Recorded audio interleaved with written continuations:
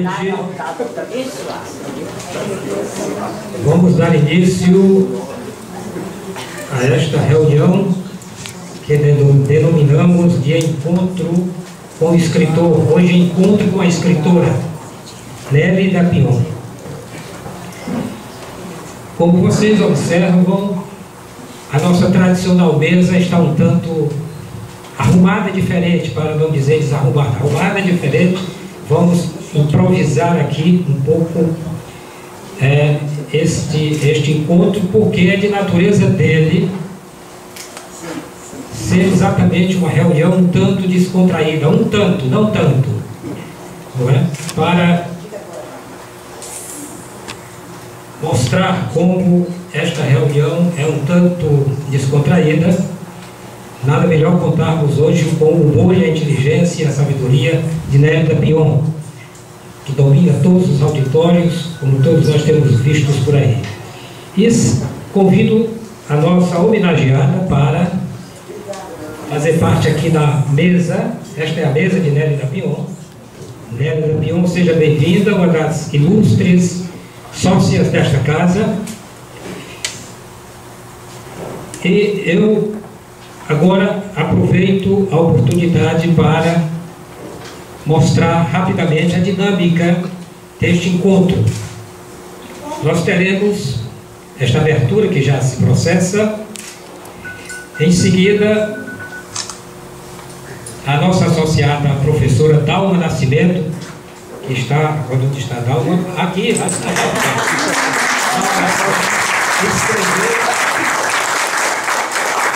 escreveu uma apresentação de Nélida, que será apresentada formalmente aqui pelo professor Mauro Carreiro. Será uma exibição, haverá uma exibição de vídeos com algumas imagens da obra de Nélida e, naturalmente, o texto de Dalma, apresentado pelo professor Mauro. Em seguida, apresentaremos um fragmento, cerca de menos de 4 minutos, da exibição de um filme longa-metragem feito sobre a obra de Nélida Pion pelo cineasta Júlio Leles, aqui presente. Será apenas um fragmento, porque o longa dura cerca ou mais de 2 horas. Então era impossível, embora fosse importante, não é, podermos assistir esse filme hoje, mas infelizmente será um fragmento, dará uma ideia precisa da obra da Nélida Pion. Então, em seguida, como ocorre nesse tipo de encontro, teremos um depoimento espontâneo de Nélida Pion, ela fala sobre o que quiser, mas como eu já tenho assistido, inclusive recentemente, ali na Caixa Cultural, e lá eu me lembro que foi dito isso, e ela fez um depoimento extraordinário sobre a criação dela. Eu não estou dando o tema é seu, você fala sobre o que quiser. Em seguida, faremos o que sempre ocorre nesta casa, manteremos aqui um diálogo com os presentes que queiram se manifestar, e ela responderá também na medida das possibilidades, se ela estiver de acordo, sempre estará de acordo para o diálogo. Naturalmente, mantidas as cautelas de tempo necessárias para um evento desse, que não pode se prolongar por muito tempo, por questões práticas e de vida. E no final será exatamente, nós teremos aqui um coquetel para um momento de relaxamento aqui do PEN Clube do Brasil. Mas eu gostaria também de abrir essas palavras dizendo alguma coisa sobre a obra de Nélida. É algo pessoal, mas é um pronunciamento rápido de 3 minutos, em que o representante do PEN Clube do Brasil também, nestes momentos, sempre se manifesta sobre a obra da ilustre associada. Na abertura de uma das mais belas obras da atual literatura brasileira, Livro das Horas, este aqui, que será mostrado depois em capa, mas todos já conhecem. Livro das Horas.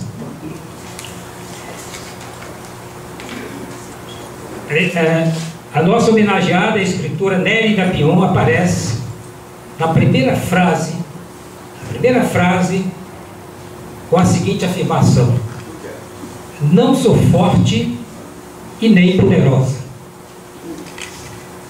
As senhoras e os senhores, com certeza, irão me perdoar, porque sou obrigado a discordar deste particular da editora, da autora, para afirmar que ela, que conheço há muitas décadas já, é forte e poderosa. Forte pelo seu caráter afirmativo de pessoa humana, poderosa pelo jeito singular de ser escritora, dotada de talento e de fôlego exemplares, os quais já nos deram e continuarão a dar obras fecundas e fundamentais da literatura brasileira.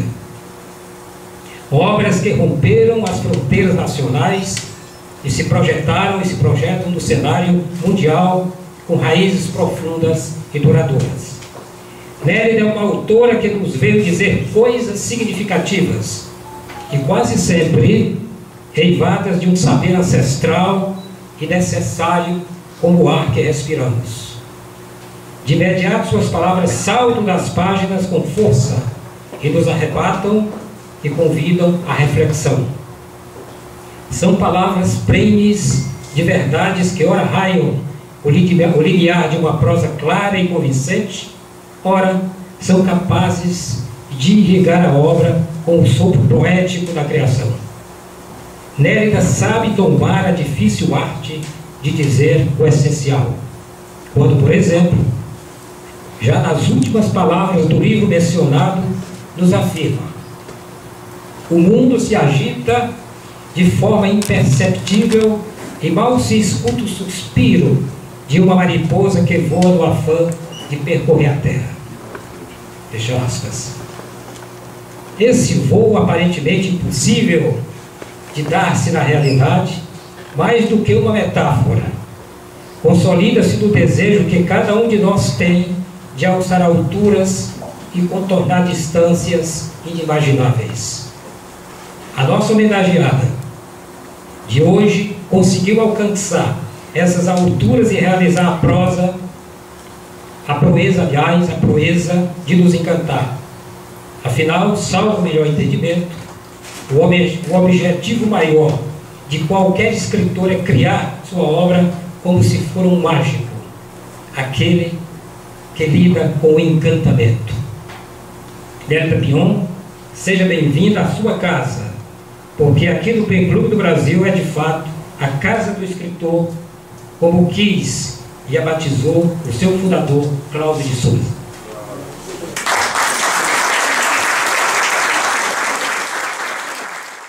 Antes de passar a parte agora da apresentação da obra de Nélida, pelo texto e pelas imagens que estão aqui, que serão apresentadas, eu gostaria de fazer um rápido registro de algumas personalidades que representam entidades que estão aqui presentes, e iniciando com a justificativa da ausência de um professor muito ligado a Nélida e também ao Brasil por causa de suas raízes galegas, o professor Fernando Osório Rodrigues, representante da Galícia no Brasil.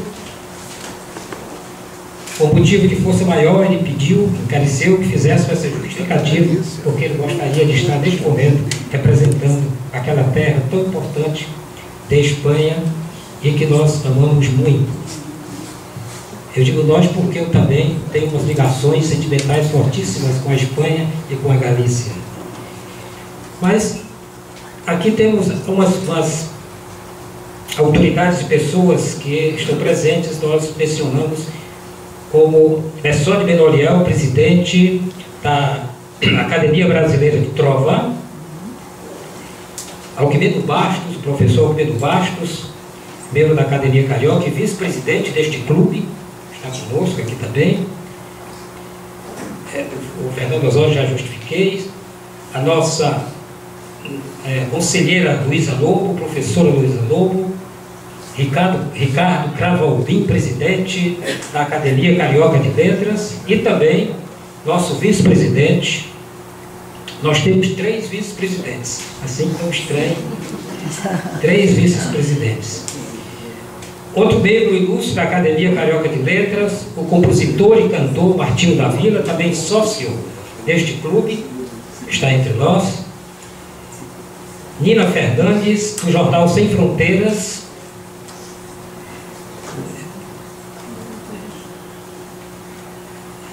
Aqui, não sei se é Moreira, não, é Márcia Barroca. Márcia Barroca, nossa associada, mas aqui representante da UBE, como representante da diretoria, e o acadêmico Evanildo Bechara.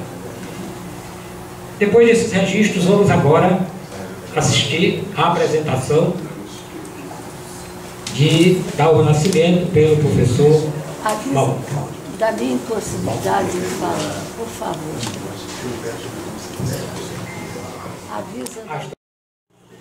A Dalva, que está aqui diante, está justificando porque vocês podem. Por que ela não faz a apresentação?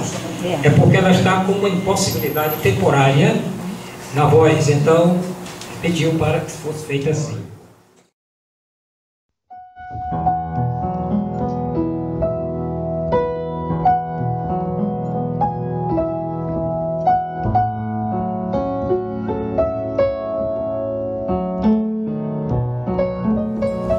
Palavras da professora Dalva Nascimento.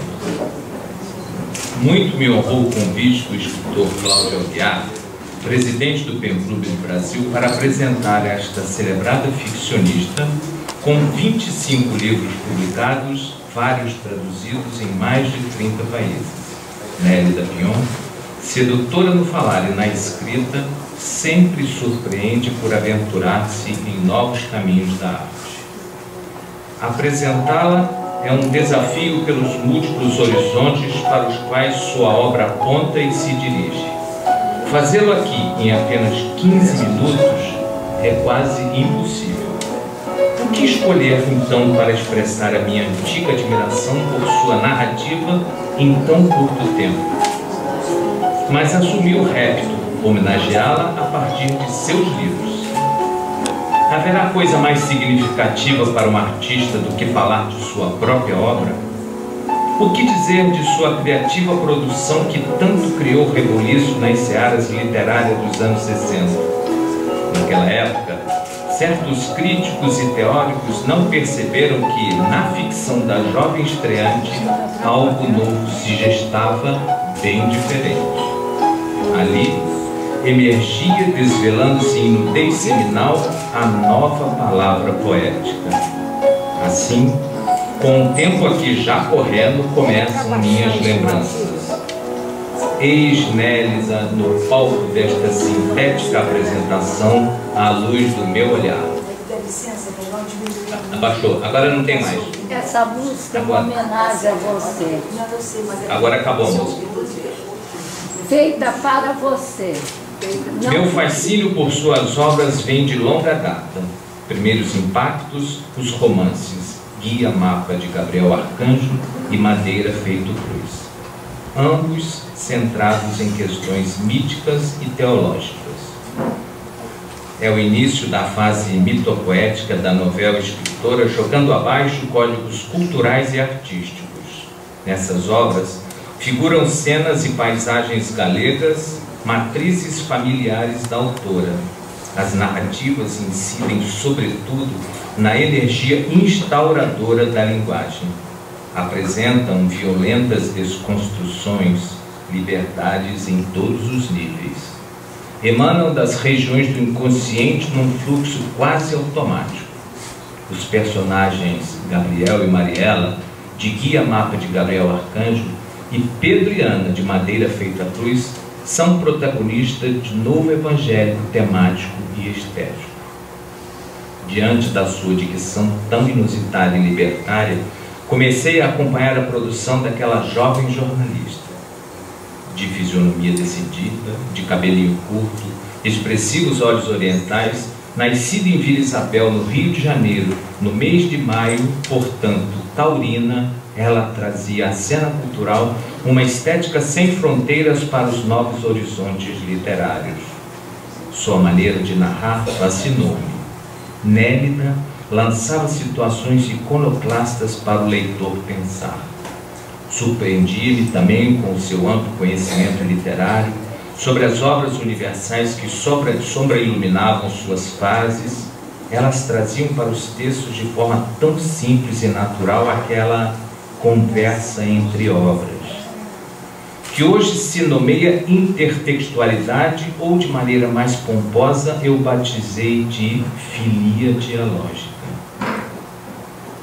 Encantavam-me suas atitudes, o espírito guerreiro, obstinado e combativo, o excessivo trabalho pelo texto, a consciência de sua posição de ficcionista sem concessão à crítica literária e ao louvor fácil.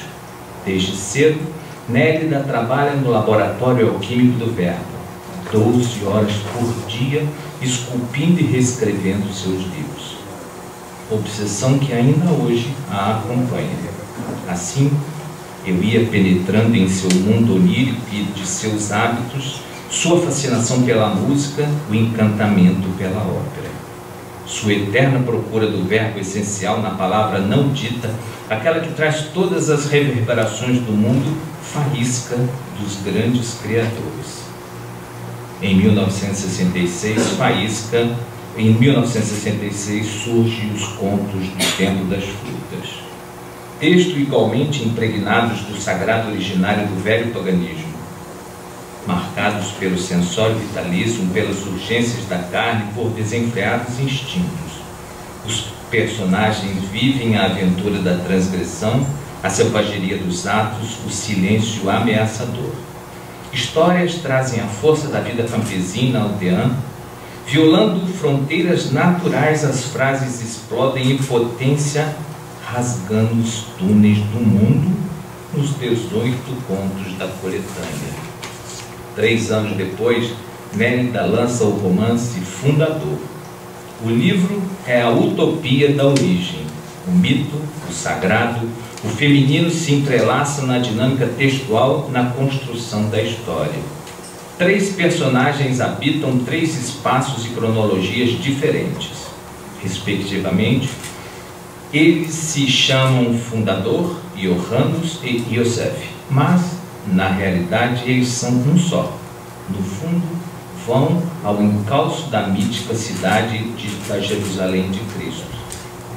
Mas, na corrida do tempo, novas obras da autora ganham as livrarias. Todas do mesmo clima de inauguralidade, impregnadas do mito e do sagrado mais arcaico.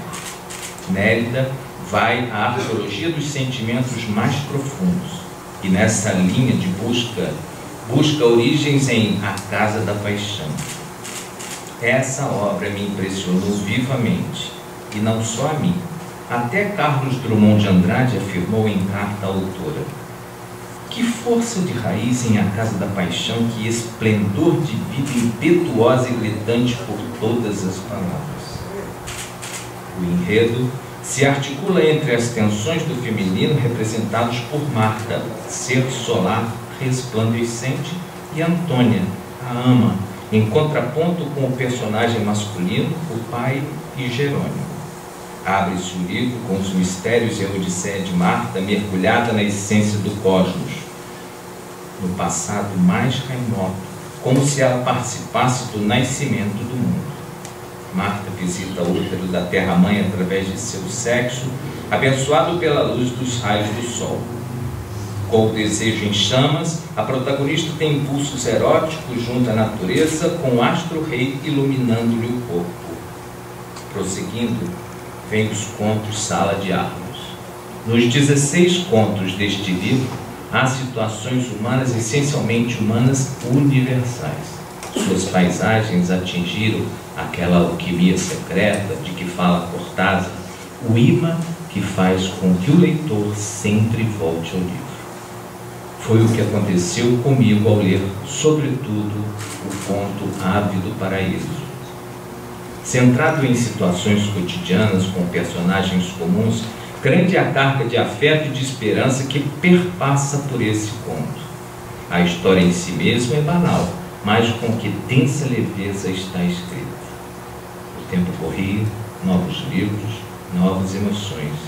Em 1974, outro impacto, o romance Tebas do Meu Coração. Ela instiga desde o título.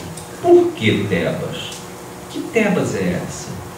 Qual a causa de o coração da autora ligar-se a duas cidades antigas, ambas nomeadas Tebas?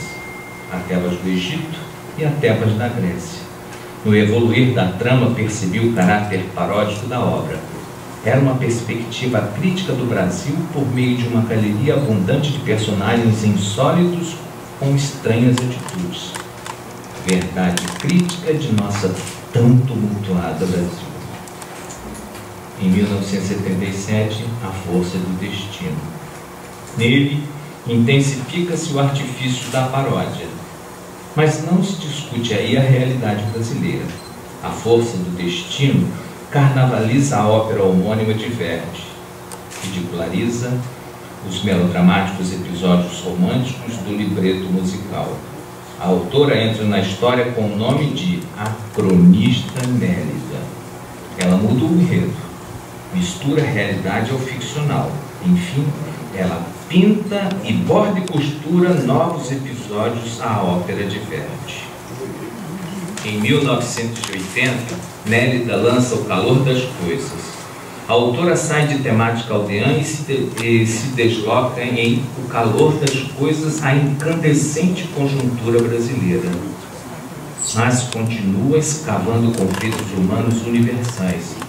Ao pensar as nossas mazelas sociais e políticas, o mito e o sagrado primitivo estão maquiados de novas cores do contexto brasileiro e das Américas. Em 1984, Pion lança o magistral romance A República dos Sonhos. Texto antológico em que recria literariamente a saga de uma família de imigrantes galegos no Brasil. A história brasileira se entrelaça com a cultura espanhola, tendo por pano de fundo episódios dos problemas nacionais e estrangeiros durante 80 anos do século XX. O texto discute a questão da identidade cultural, denuncia a força hegemônica das culturas majoritárias, disseca regimes opressores, ditaduras, golpes militares, analisa modelos culturais em confronto, apresentando várias versões da história. E sempre novos livros de Nélida apareciam no mercado. Eis a doce canção de Caetano. Romance voltado para uma reflexão sobre o Brasil a partir de um teatro-circo mambembe. A protagonista, Caetana, atriz de um grupo itinerante, sonha ser a imortal cantora lírica Maria Callas. Após 20 anos de ausência, Caetana retorna a Trindade, sua cidade natal. Desmantela a ordem dos principais habitantes, derruba códigos, mexe nos corações e impõe-se na história. De certo modo, o livro demonstra que a vida se assemelha a um teatro no qual todos, à maneira de Machado de Assis, representam papéis. Um salto no tempo, uma nova mudança no estilo de Nélida. Em 1984, ela reúne temas diferentes em textos pequeninos, minicontos, aforismos, cartas, relatos de viagens, experiências pessoais e sociais. E publica O Pão de Cada Dia. Sem a máscara dos personagens, ela traz ao palco da escritura reflexões pessoais e autênticas vivências pelo mundo afora. Afastou-se da estrutura longa do romance e mesmo do conto. Enlaçou-se ao desafio da estética do fragmento. Em cada um deles, como se fossem pequenos pães literários, Nélida celebra cenas de seu cotidiano. Em 1999, nova aventura, Incursões na Literatura Infanto-Juvenil, publica A Roda do Vento. Cria uma trama em que a tia Gênia, Eugênia, genial inventora de relatos, convida os sobrinhos a navegarem pelos fios invisíveis da imaginação. Semelhante a Aladim, o gênio da lâmpada Gênia, ilumina caminhos, fazendo as crianças viverem aventuras de descobertas e também do ato de narrar. Em 1999, edita Cortejo do Divino e Outros Contos Recolhidos, o 5º volume desse gênero narrativo condensado. E no mesmo ano, edita seu primeiro livro de crônicas, Até Amanhã Outra Vez. Numa explosão de efeitos estéticos e nas filigranas sintéticas da crônica, ela dá asas à fantasia. Transfigura em letras passagens do seu dia a dia mescladas a memórias vividas ou imaginadas. Em 2002, publica O Presumível Coração da América, discursos ensaísticos proferidos em sua carreira literária. São artigos e pronunciamentos em linguagem vibrante, páginas antológicas e majestáticas falas. Com metáforas exuberantes, desabrochando sentidos filosóficos, literários, históricos e existenciais, os ensaios ali contidos atestam ser essa obra sua suma literária. Em 2004, Nélida volta-se para o Oriente com o fascinante romance Vozes do Deserto. Agora, seu texto não mais se ambienta no cosmo mítico da Galícia ou no Brasil. A história transcorre na capital do Iraque, a Bagdá dos Califas, à margem do rio Tigre. Nessa atmosfera oriental impregnada de lendas, memórias, rituais, opressões, preconceitos, intrigas e vinganças, a romancista singela essa inspiração na pedra do universo árabe, com imagens de rara fantasia. Em 2006, segue-se a La Seducción de la Memoria, coletânea de conferências proferidas em colóquios no México, cuja temática trata da simbiose entre memória e invenção, centrada no magnetismo do ato criador. Chegamos a 2008. Surge O Aprendiz de Homero, conjunto de 24 ensaios poéticos em homenagem a Homero, de quem Nélida se confessa discípulo. Os capítulos denotam ser uma aprendizagem artística e demonstram a modéstia da autora, uma vez que aprendiz significa principiante, novato, alguém que se inicia a uma arte do ofício, o que não é o caso. Nélida é senhora dos sortilégios do verbo, dona do dom ficcional desde a década de 60, com produções de impacto na literatura brasileira. Em 2009, Pion lança mais um livro de memórias, Coração Andarilho, construído entre a ficção e a realidade. 99 capítulos com relativa sequência cronológica. O texto configura uma peculiar romance de formação ou de aprendizagem. Expõe momentos essenciais de uma mulher direcionada à arte, narrando uma autobiografia ficcionalizada. A memória traz o passado ao presente nesse romance de artista feminino. Em 2012, publica O Livro das Horas. Nélida continua a aprofundar o veio memorialístico autoficcional do romance de aprendizagem. Descreve as horas vitais do seu mundo. O título do livro evoca aqueles breviários devocionais comuns da Idade Média para indicar aos fiéis as horas das orações nos vários momentos do dia. Porém, as preces literárias da romancista não são oração religiosas. Refletem seu cotidiano a partir de reminiscências efetivas dos afazeres domésticos e artísticos. Em 2014, Pion volta à estrutura do conto em A Camisa do Marido. Em 9 prosas poéticas, o livro focaliza cenas de complexas relações familiares que lembram o pathos da tragédia grega. Esmiuça as tensões passionais do microcosmo doméstico, faz a radiografia metomínica da sociedade, exibe as entranhas das escuridões humanas, torpezas, vinganças e desejos. Recentemente ela publicou As Matrizes do Fabulário Ibero-Americano, coletânea resultante de palestras realizadas em 2016 na USP. Agora, passadas tantas décadas, desde os anos 1960 e 1970, Quando eu li pela primeira vez os livros, continuo fiel ao texto da escritora. Acompanhei passo a passo seus processos de mutação. A obra de Nélida está sempre atualizada com as urgências do mundo. Antecipa e acompanha o fluxo das desconstruções, deslocamentos, mudanças de territórios, em compasso com a dinâmica dos novos horizontes da arte. Ela própria se diz camaleônica, em contrastes, metamorfoses. Contudo, igual ao velho Proteu da lenda grega, após as mutações, ela retorna a seus temas originários com novos aportes.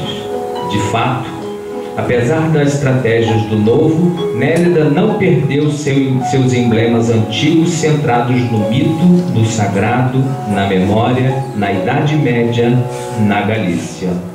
Mesmo seguindo as rotas do devir histórico, não esmaeceram seus signos arcaicos. Quem foi tocada pelas chamas do atemporal preserva sempre, no corpo e na alma, as marcadas cicatrizes. Ela estabeleceu a fecunda interlocução entre os temas do passado, os emblemas do presente e os anúncios do futuro, pelo diálogo entre passado, presente e futuro. Nélida Pion partilha de todos os tempos, concilia o fluir de Heráclito, o filósofo da mudança, e o pensamento de Parmênides, o filósofo do permanente. Conforme eu venho expondo em palestras, cursos, livros e em diversas outras publicações, em verdade, indo à arqueologia dos alicerces essenciais das coisas e dos seres do mundo, a arqueira Nélida lança em seu presente o arco da aliança do passado ao futuro, e assim articula em maiores sons a verdadeira teoria unitária da arte. A professora Dalma Nascimento agradece a todos.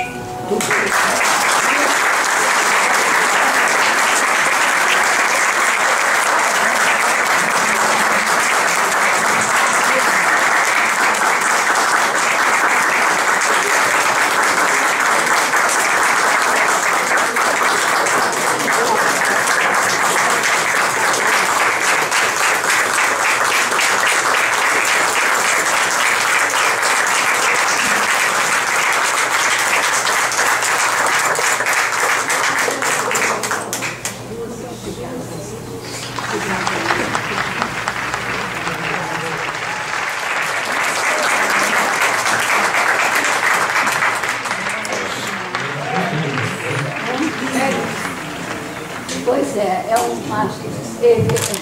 quando ele fez, eu chorei.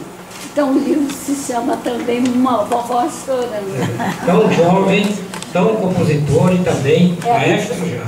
Ele é maestro. Maestro e jovem compositor. E maestro, muito obrigada. Agradeço.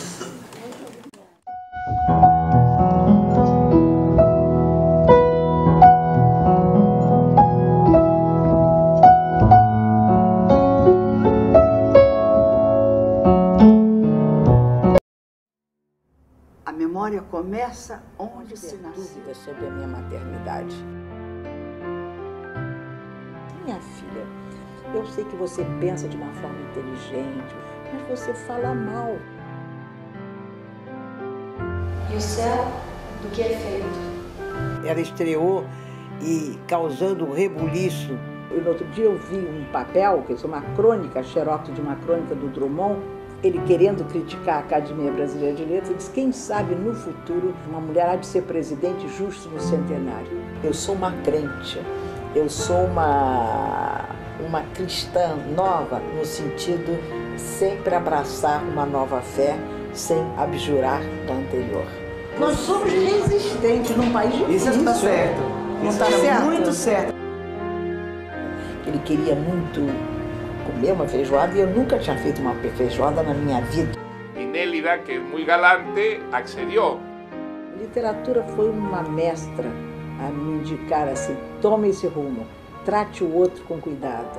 A complexidade humana é absolutamente extraordinária. Aprenda a lidar com a complexidade, com a ambiguidade e aceitar que essa é é a parte do seu juízo. Ando pelo mundo à frente da minha nau. Sob a ameaça de iminente naufrágio, aprecio o sol, o pão, os gestos amorosos.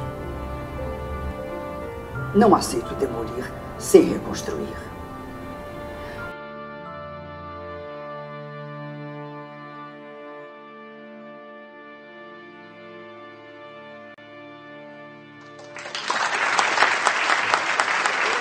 Eu me recordo daquela noite em que eu estava junto à minha irmã no hospital e vi você, né? E assisti o especial de Maria Bethânia na extinta TV Manchete. Vi uma mulher dizendo assim: Bethânia, sei que você gosta muito do conto, disse um Campone, a sua amada. E agora eu vou ler para você. Amanhã é sexta-feira. Talvez eu regresse para tomar meu coração como das outras vezes. Só que a cada volta tua. E sempre que eu te oferto coração, eu sinto que eu te tenho, como se te perdesse para sempre. Aquilo me tomou de um tal arrebatamento que eu disse para minha mãe: mãe, eu vou para o Rio para ficar perto daquela mulher ali.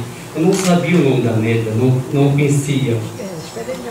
O que eu sabia é que eu tinha que seguir essa travessia, que eu tinha que atravessar esse oceano Atlântico, esse oceano tão perturbador na vida de nós mineiros, né?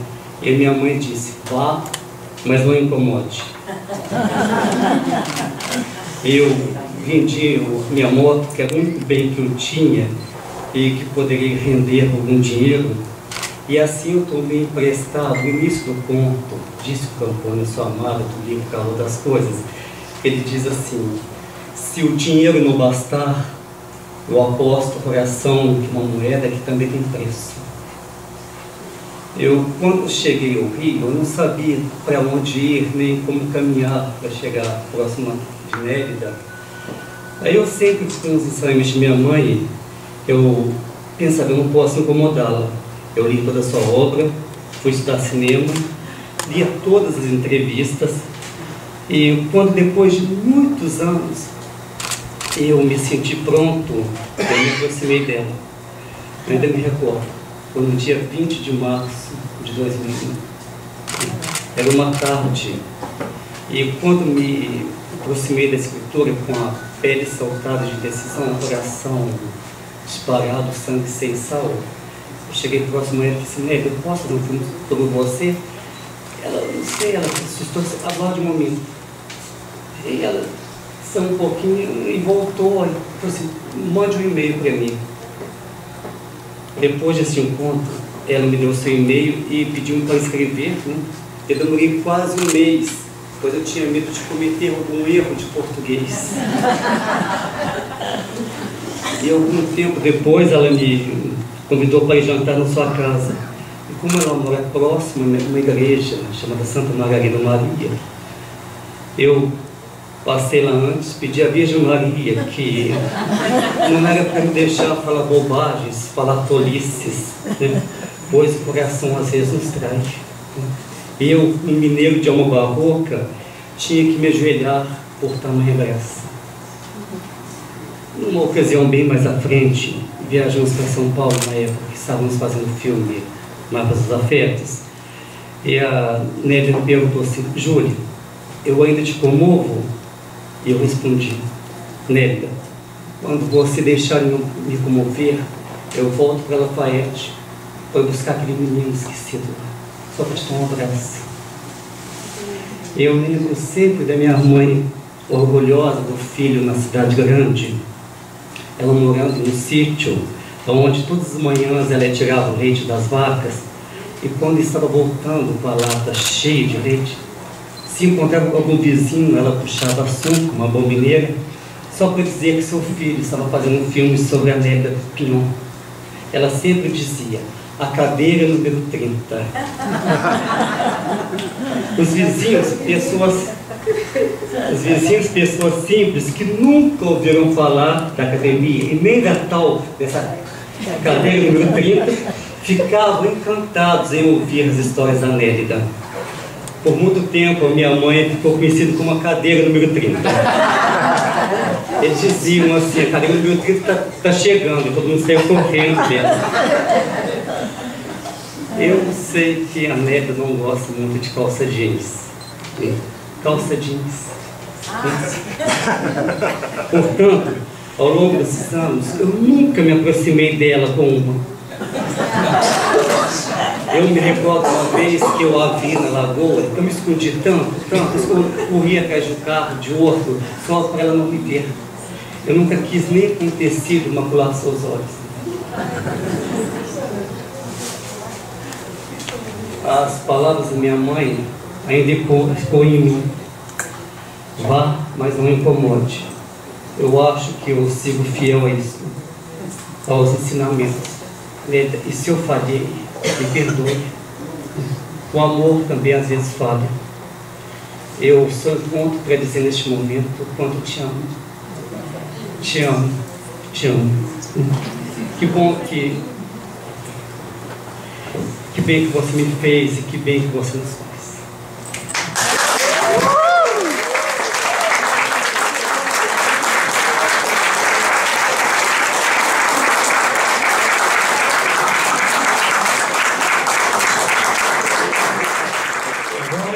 Sim, chegamos ao momento do não vai haver um eco aqui muito grande, o momento do depoimento não, mas a hora do depoimento de Nélida, não é? Aqui na sua casa, encontro com a escritora Nélida Pion.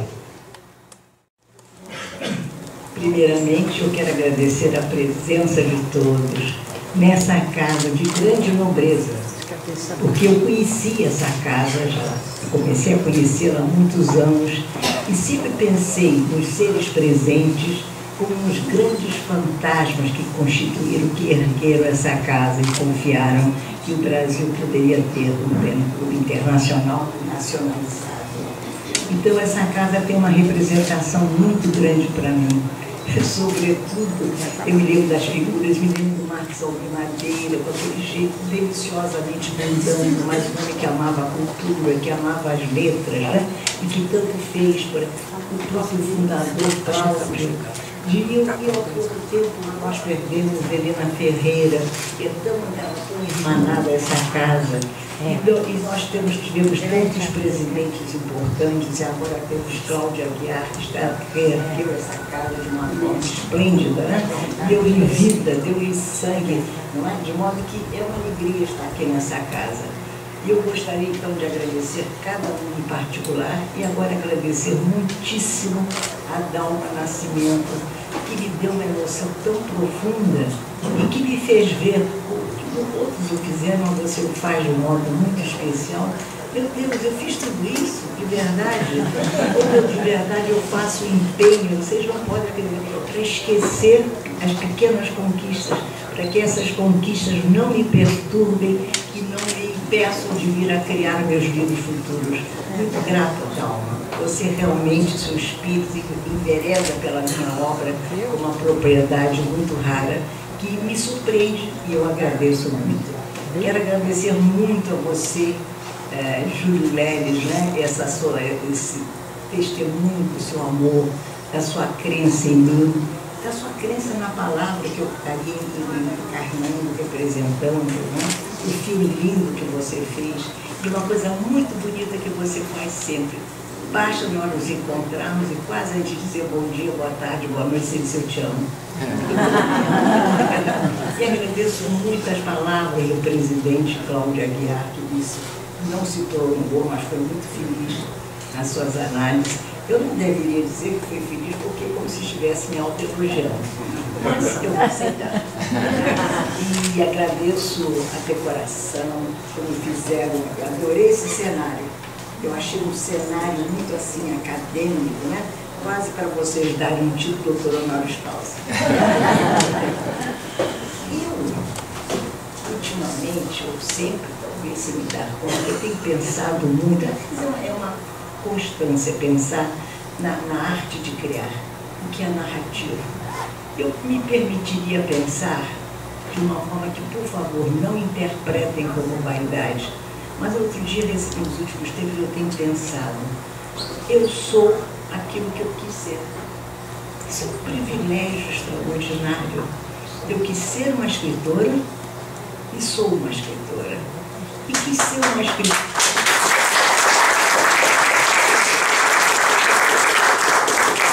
E quis ser uma escritora que fosse capaz de avançar pelos umbrais do tempo, né?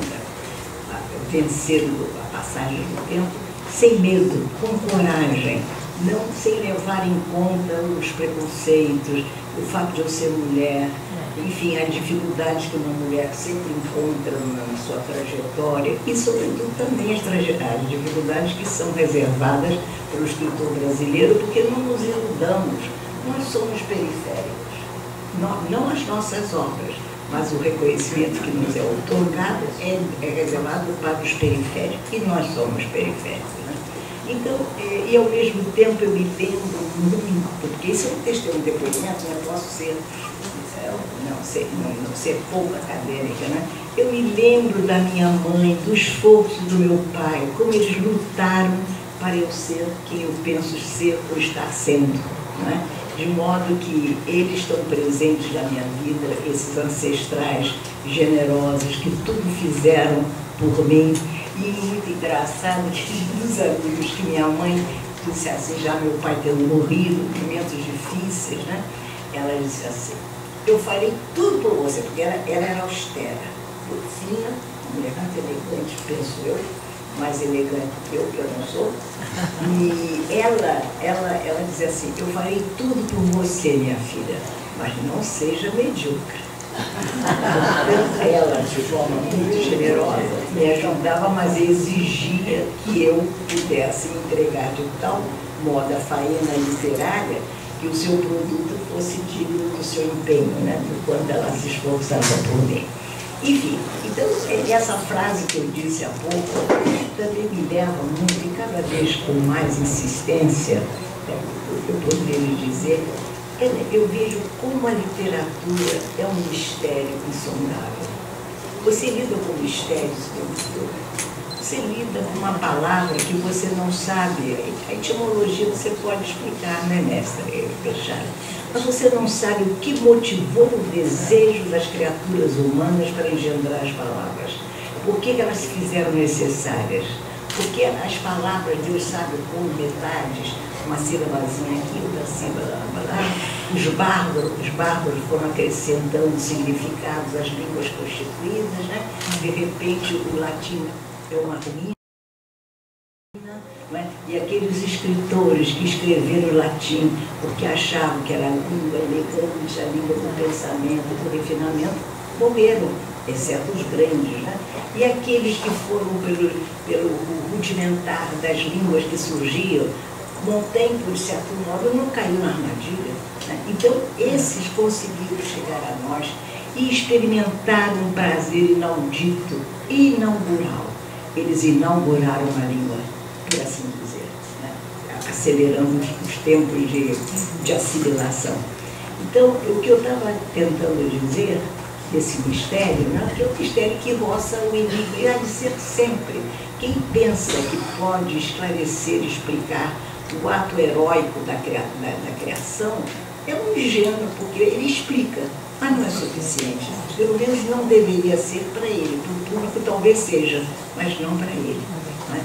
Então, e eu percebo também, com o tempo, que eu não quero texto preciso. Não. Eu não quero texto claro, não quero.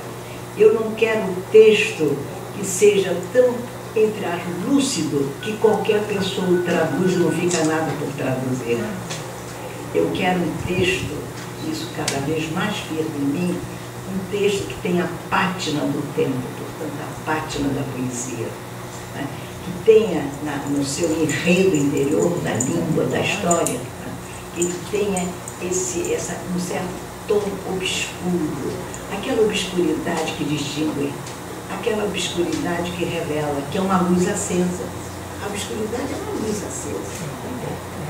Então, é isso que eu penso cada vez mais, que não se pode traduzir uma língua, eu falo na própria língua, traduzir uma língua que não quer ser traduzida, porque isso significaria danificar a vocação poética da língua. Então, isso é que eu tenho pensado sempre mais com configurações novas, porque eu estou sempre inventando. Minha mãe dizia: minha filha, você é tão verdadeira de novo. Eu nunca respondi para minha mãe. Eu ficava: é a mãe. Ela dizia: por exemplo, menina, todo mundo cria minhoca no asfalto, na terra. Você cria minhoca no asfalto. Eu não respondi. Anos depois eu disse: minha mãe, a senhora disse isso há 30 anos atrás. Realmente, mas foi graças à minhoca do asfalto que eu escrevi. Então, o que eu quero dizer aos senhores, como é que isso se dá? Eu me lembro nos meus primórdios, né? Como é que surgiu essa paixão pela literatura, que eu não sabia que era literatura. Era um amor incondicional, ou que começava a ser sem eu me dar conta. Porque o amor, às vezes, perturba tanto que você não tem uma genealogia do amor, você não sabe como começou. Pode, de repente, por um lapso. Eu, por exemplo, vou fazer uma confusão a vocês. Eu me apaixonei pelo meu cachorrinho Gravetinho na hora que eu vi, mas não vou lhes falar dos meus amores. Foram muito fulminantes, assim, rápido. Graças a Deus que terminaram. Foram fulminados pela experiência da vida, pelo esgotamento que preside mesmo as relações. Muito bem. Então, esse amor pela literatura veio vindo de uma forma assim inconsequente, porque eu queria mesmo era ouvir histórias. Eu pedia que todos me contassem histórias. Eu tinha até pouco tempo atrás, já há muitos anos, mas não tão remoto, eu tinha um certo, eu dizia assim: conta mais. Alguém estava contando um episódio, uma história, eu ia interromper, eu dizia assim: conta mais. Eu tinha horror que interrompessem. Eu não queria que uma história tivesse fim. De verdade, eu sei que as histórias não terminam. A história fica na memória do leitor. A história prolonga-se naquele que escutou uma história ou que acabou de lê-la. O livro não termina. O livro, se é que vai ficar, ele fica na memória do leitor. E o leitor há de recorrer sempre ao livro que ele leu há 40 anos atrás, quando lhe falta um argumento, lhe falta uma maneira de olhar o mundo com sensibilidade. Não é? Então, esse amor foi vindo através das histórias. E, sobretudo, é uma coisa que eu conto, né, porque é verdade, sobretudo que eu percebia que o livro que eu li tão cedo, comecei a ler muito cedo, né, dado pelo meu pai, porque foi meu pai quem me deu Machado de Assis, o Calheiros, o Lino Pinot, ele que me deu, eu devo isso a ele e muitas coisas mais, né? Então, ele me deu esse livro e me dava outros, né? Eu percebia que nos livros, né, que eu lia, eu estava certa de que reproduziam, eram verazes, como reproduziam a história daquele que escrevera. E que, portanto, não existia criação, não existia invenção, não existia fabulação, que é uma coisa extraordinária, um regalo dos deuses aos seres humanos, a fabulação, não é? Mas então eu acreditava que eu deveria, de algum modo, fazer como aqueles escritores, viver aquela vida para ser mais feliz. Embora eu não fosse desgraçada em casa, eu era uma menina feliz, eu tinha um lar agradável, um lar fundamentado em tantos valores que até hoje eu recolho com amor e com respeito ao sentido de honra, que hoje está faltando tanto ao nosso país. Né?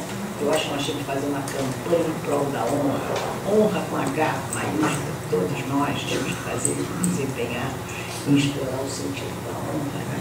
Então eu pensava que eu queria ser feliz viver das aventuras para poder escrever. E depois é que eu me dei conta, com perplexidade, assombro e encantamento, de que o que nasce de um livro não é matéria vivida por você, não é matéria do escritor. É, fundamentalmente, a matéria da imaginação, de imaginação eventualmente sua, porque tem nome do escritor, da escritora, mas que, de certo modo, é uma imaginação que tem um sentido coletivo. É a imaginação sua que você recolheu da comunidade, que lhe cedeu pedaços. Foi lhe cedendo matéria-prima. E que você, se tiver a coragem de viver expor as suas vísceras de escritor, você recolhe. Porque o escritor é um coletor. É um grande coletor de vida. É um coletor de sangue. Ele é um coletor de tudo que existe do seu tempo, mas que existiu nos pretéritos, porque também não nos iludamos. O tempo presente, o contemporâneo, é rigorosamente insuficiente.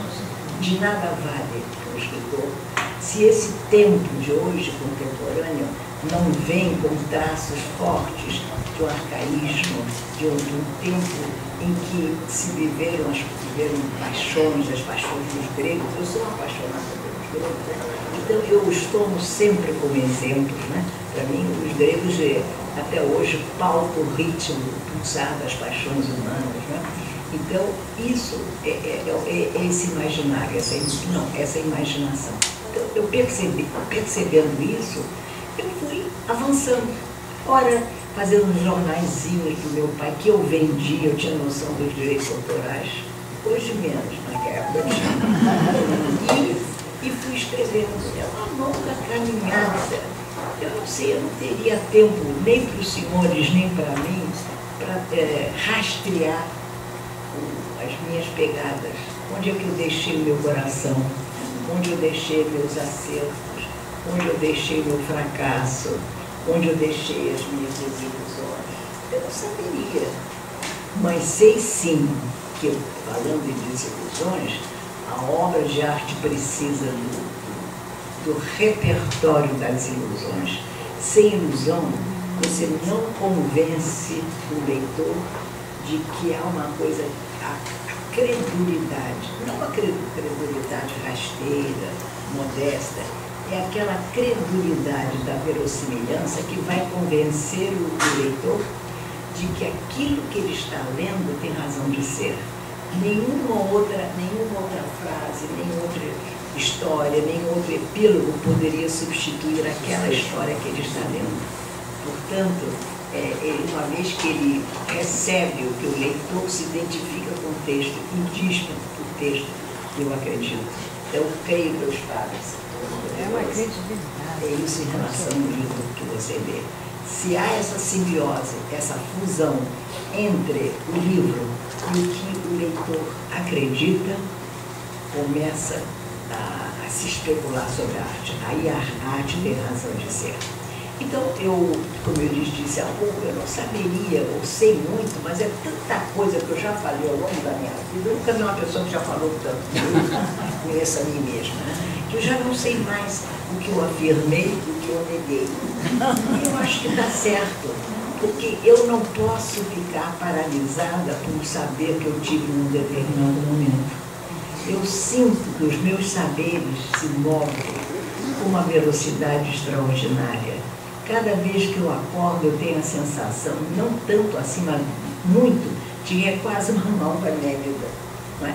Então, isso, de certo modo, é um prazer, porque eu ainda acredito, não que eu vá viver muito, não sei, mas que eu vá viver cada dia, para que cada dia se apresente como um produto da metamorfose humana. Isso eu acredito. Então, ao longo, já avançando bem nessa história minha de tantos anos já essa altura. Aliás, Dalma, eu fiquei tão comovida com essa última fotografia minha que você botou, porque eu me lembrei da pequena, ainda bem que você não botou aquela de 8 anos, uma fotografia histórica, é uma fotografia, eu sei, mas é uma fotografia que esteve durante uns 2 anos na agência de Carmen Balcells, quando ela se aventurou a abrir uma agência no Brasil, achando que esse país, por ter tantos automóveis, teria igualmente muitos leitores. Mas, evidentemente, foi um fracasso, ela foi embora. Mas é verdade, eu me lembro, ela dizia, minha coisa esportiva, cada um leitor. Foi bem assim. Mas esse retrato, eu não posso perder o fio narrativo, porque eu tenho a sensação que eu nunca mais ia escrever um livro de 400 páginas. Porque eu começo a escrever a primeira linha e volto até a última página das 400. Eu não volto para reler um só minuto. Eu tenho que confiar na minha memória o tempo todo. Depois eu lhes explico por quê. Muito bem. Então, eu estava dizendo sobre a fotografia. Essa fotografia estava nessa pequena agência da Carmen no Brasil. O Rubem Fonseca, o grande escritor, apareceu e disse: quem é? Nélida? Aí ele disse: a Nélida. Se nós da literatura brasileira tivéssemos visto essa fotografia antes, nós teríamos nos prevenido contra ela. Aqui isso é de elogio. Não esqueci dessa história. Muito bem. Então, eu fui me adestrando. Eu gosto de usar adestrar, que é muito dos animais. Mas eu me auto-aplico, viu, mestre? Eu acho que adestrar é fantástico para um ser humano, exercer em plenitude o exercício do seu ofício. Então, eu fui me adestrando. Eu sempre aquilo que se destaca aqui do filme do Denis, é verdade. Cada frase, ela tem não só uma configuração dentro do panorama geral do texto, mas é porque, de verdade, ela pode alcançar uma mínima perfeição que convém, que é mister o escritor exigir. Porque, se não há uma falha básica, por incrível que pareça, eu acho que, às vezes, uma frase que falha pode desmontar a estrutura do texto. Não desmonta, mas, para mim, quando eu vou descobrir uma decepção profunda, então eu tento realmente trabalhar profundamente cada frase, para antes, evidentemente, me ocupando da estrutura narrativa. Mas vocês falaram, né, desse romance meu, que as pessoas destacam muito, a República dos Sonhos, né? E que é um romance que eu custei muito a me julgar preparada para ele.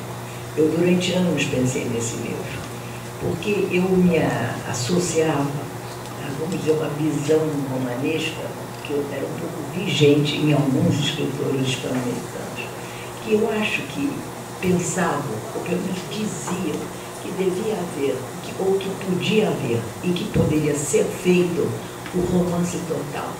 Um romance que fosse capaz, como os europeus fizeram, eles europeus do século XIX, né?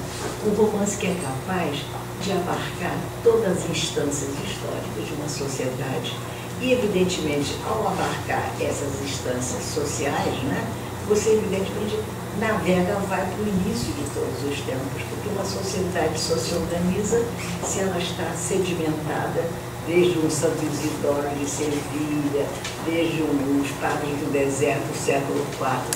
Tudo está dentro de frases, tudo está dentro do romance, mesmo não citado. Então, eu tive essa intenção e fui me preparando. E muitas pessoas, por exemplo, pensam que eu fiz uma pesquisa excelente, minuciosa. Eu não fiz uma pesquisa abrangendo 2, 3, 4 séculos. Não fiz uma só pesquisa. Eu confiei não só na minha memória, nas leituras que eu sempre fiz da história, que eu sou uma apaixonada pela história. Eu gosto de visitar os séculos, eu sou apaixonada por alguns séculos. Mas não foi por exibição intelectual, na verdade. Foi porque eu desejei, que eu acho muito importante isso, é que os meus personagens, os personagens do romance que vão ter um destino coletivo, que vai embora, né? Ele deveria ter preconceito. O autor deveria captar os preconceitos dos personagens e não deixá-los. Aliás, eu acho que você não estuda nada, você limpa, mas a arte, a meu juízo, a grande arte, nasce do caos. O caos é a grande matéria-prima da literatura. É o caos. Aquela desorganização, naquela propulsão estranha que nos leva a sentimentos arrebatados, né? Aquela sedimentação de terra, aparentemente, mas que ela se desmorona, os grandes vulcões, a lava, tudo isso é caos. Tudo, o desgoverno humano faz parte do caos. E esse caos que está à disposição do escritor, ele deve ser aproveitado e depois trabalhado. Não significa, evidentemente, que ele não vai... Obrigada. Que ele não vai trabalhar muito, mas deve se beneficiar do caos, dessa matéria rica, predominante, poderosa. Então, foi isso que eu fiz quando eu comecei esse romance. Eu sabia que eu precisava de manter viva os preconceitos dos meus personagens em relação até às figuras históricas que perpassam a narrativa. Mas eu também queria lhes dizer que nesse romance eu ponho em evidência, ponho nele, evidentemente, tudo isso que eu sou. Não se pode pensar, não é autobiográfico, mas não se pode pensar que eu posso expulsar aquilo tudo que eu vivi, aquilo tudo que eu descobri, aquilo tudo que eu intuí. Eu fingia não ver porque eu estava sabendo demais. Eu nem amores nascendo em troca de olhar, eu fingia que eu não via para não constranger. Eu fui sempre uma pessoa determinada, decidida, atraída pelo mundo em todas as suas circunstâncias, né? Então, tudo isso está no nosso romance. Por isso que eu peço, eu digo aos jovens escritores, cuidado com a imaginação. A imaginação é uma cápsulazinha muito modesta, você tem pouco dentro dela. Ela cresce com a sua experiência. Você põe a sua imaginação no seu primeiro livro e depois vocês reparam que é muito comum que o segundo livro empobrece. Porque as pessoas pensam que a vida lhe dá a imaginação, quando eu digo imaginação conjugada com imaginário, a vida urge que você cobre da sua imaginação um exercício profundo de todas as verdades, de tudo que existe, e que seja capaz de inventar. E aquilo que eu digo sempre, né, que eu digo a solução da memória, né? A memória trai, a memória não pode ser mimética. A memória, ela se alimenta, ela se nutre da sua capacidade de inventar. E a imaginação, ela regimenta tudo isso para que um livro possa ter essa camada extraordinária. Porque a grande verdade do livro não é dita, não está no livro. Está embutido nas entrelinhas do livro. Esse é o destino da poesia, da narrativa. Eu vou já me despedir. Outra vez eu volto e conversamos. Muito obrigada.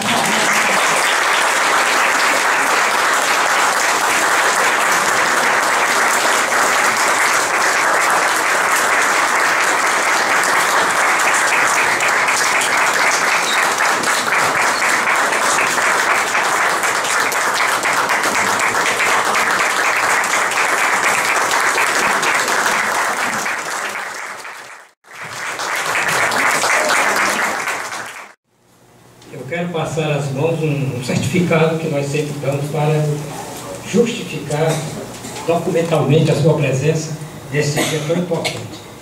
O certificado do PENCLUB.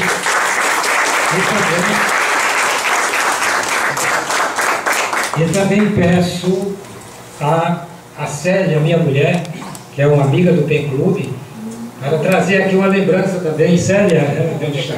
A lembrança da nossa homenagem. Célia está sempre presente aqui, cuida, zelando de todos nós.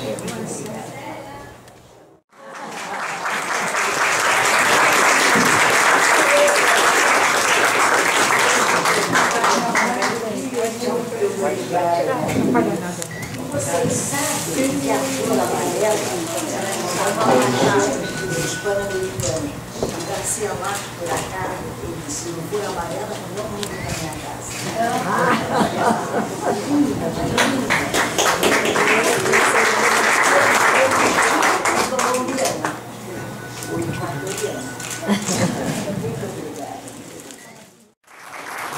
Muito obrigado.